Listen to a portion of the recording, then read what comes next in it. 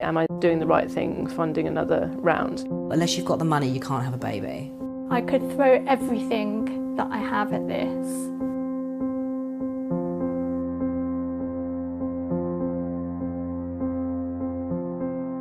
For Jennifer, becoming a mother is a dream that keeps her going. But as a single woman, it's one that's been beset by obstacles. I still have the calling to be a mum on my heart. I've always known that. But you're left on your own, being a solo woman. She was told that she couldn't get IVF on the NHS because she was single. We almost get punished for not just accepting any bloke and not being careless.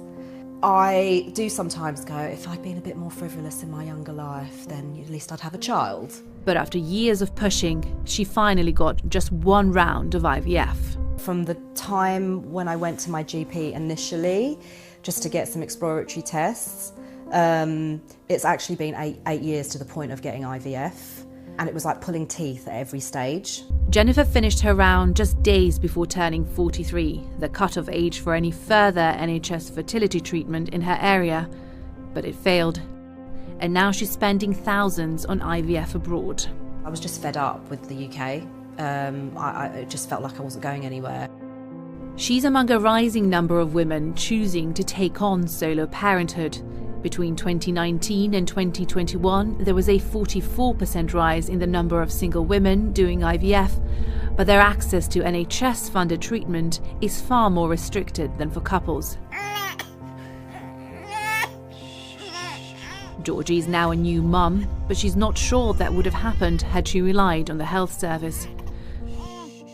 She was told that she would first have to pay for 6 rounds of artificial insemination to prove infertility, in order to qualify for just 1 round of IVF on the NHS. It's something that at 38 she felt would have taken too long, so she put much of her savings into private IVF, though the cost of it nearly made her give up. In total, and it is quite daunting in many ways to find out how much I ended up spending, but in total with 6 rounds of IVF, I spent in the region of £40,000. If you'd told me that at the start, who knows what I would have actually said, but I think there's a big part of me that would have said, there's no way I can find that sort of money. I don't see how I can start this journey. Your hope is what keeps you sort of going, but you have to be realistic as well. And I did get close to sort of deciding, I think I need to put a stop to this now. It's not going to happen. For single women who can't afford private treatment, there is no simple pathway to IVF within the health service. Each of NHS England's 42 integrated care boards make their own rules, and more than half of them don't mention single women in fertility policies at all. A quarter require them to pay for 12 rounds of artificial insemination privately to prove infertility. The rest require single women to pay for between 3 and 6 rounds of artificial insemination, with a round costing up to £1,600. In comparison, heterosexual couples are simply asked if they've been trying to conceive for 2 years. Female same-sex couples who want IVF on the NHS also have to prove infertility by doing rounds of artificial insemination. But as part of the government's women's health strategy, they will have those rounds funded, all part of an effort, the government says, to equalise access to IVF. But for single women, the rules haven't changed, and they still have to pay out of pocket to qualify. That's something one legal expert says creates inequality. Single women should be treated similarly to same-sex couples, because inevitably they are in a similar situation if it comes to their ability to conceive. And so I would see this as a discriminatory treatment. Is it a human rights issue? I do think it's a human rights issue. I think it can be seen as a human rights issue. My medical wristbands from when I had the treatments. It made for some hard choices for Nicole when she was told that she didn't qualify for any NHS fertility treatment. It was just such a definitive no.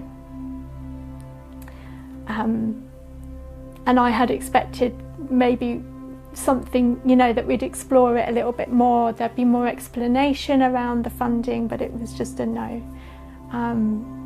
And that's a no because you don't have a partner. Yeah. And how did that make you feel? I was gutted. She borrowed money from family for private treatment and is now pregnant. That's the 12-week scan. Baby looks like it's sucking its thumb. It would be lovely to have met a partner and who also wanted the same things as me, and for that to all have fallen into place, but life doesn't always work that way. It made a lot more sense to pursue this as a solo parent, and maybe a relationship will come later. It doesn't have to be right now. Well, we've just come out from talking to Nicole, and what really struck me speaking to her and to other women is just how lonely it can be going through fertility treatment on your own. Not only do you have to deal potentially with disappointment if a cycle doesn't result in a pregnancy, but then you've got to pick yourself up and think, can I afford to keep on going and keep on trying with no guarantee there will be a baby? Campaigners acknowledge that with the NHS under extreme pressure, money is tight. But they say that single women make up just a small fraction of those seeking IVF. Policy needs to change to reflect these changes in society. They are small numbers. We know that NHS funds are limited, but these small numbers are not going to break the bank. So government should be looking at policy to support this. The government says local health services in England are commissioned in line with the guidelines from the National Institute for Health and Care Excellence, and a review of those guidelines should be published in 2024. But for those who feel they already missed out, that brings little comfort. I wouldn't wish this journey upon anyone. I really wouldn't. But it's instinctual for me. My drive to have a baby is overriding everything. I'm just trying not to be completely insane about it. So I have to keep doing this for now.